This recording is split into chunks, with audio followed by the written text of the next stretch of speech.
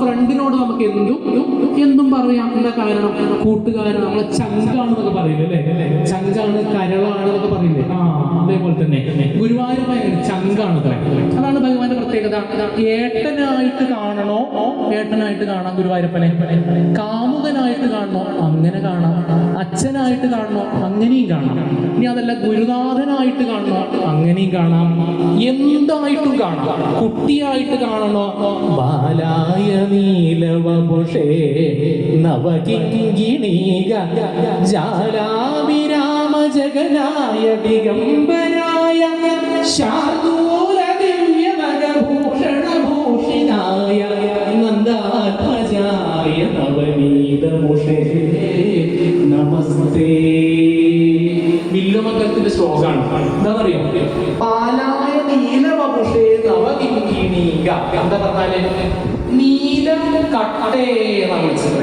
നീലക്കട്ട എന്ന് പറഞ്ഞാല് നീല കല്ലു വേണോ, നീല നീളം പോലും നല്ല കല്ലു വേണോ, മല്ല വൈരി പേരോലുന്ന കല്ലു വേണോ, ഇന്ദ്രനീലമണിവർണ്ണം തൂണ്ട് ലക്ഷ്മി വക്ഷശീലായി സാന്ദ്രമോദം വീണങ്ങുന്ന കല്ലു വേണമോ, നാരായണ നാരായണ നാരായണ നാരായണ നാരായണ നാരായണ രാധാ ഗോവിന്ദ.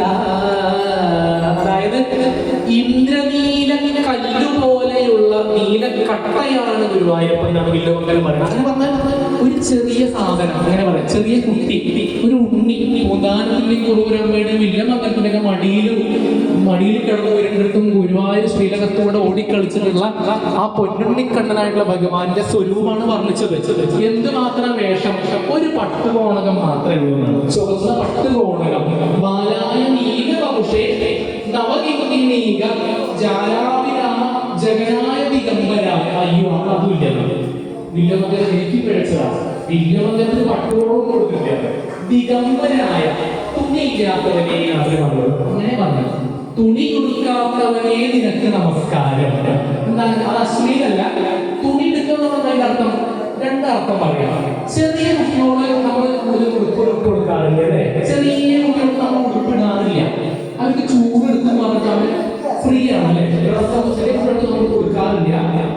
അതൊക്കെ മറ്റൊന്ന് വേദവേദാന്ത സാധനമാണ്. വേറെ കാര്യം ഒതുങ്ങി കിടക്കുന്നത് എന്താണ്? ദിഗംബരൻ എന്ന് പറഞ്ഞാൽ വസ്ത്രമില്ലാത്തവൻ എന്നല്ല അർത്ഥം, ലോകത്തിന് വസ്ത്രമാക്കിയവൻ എന്നാണ്.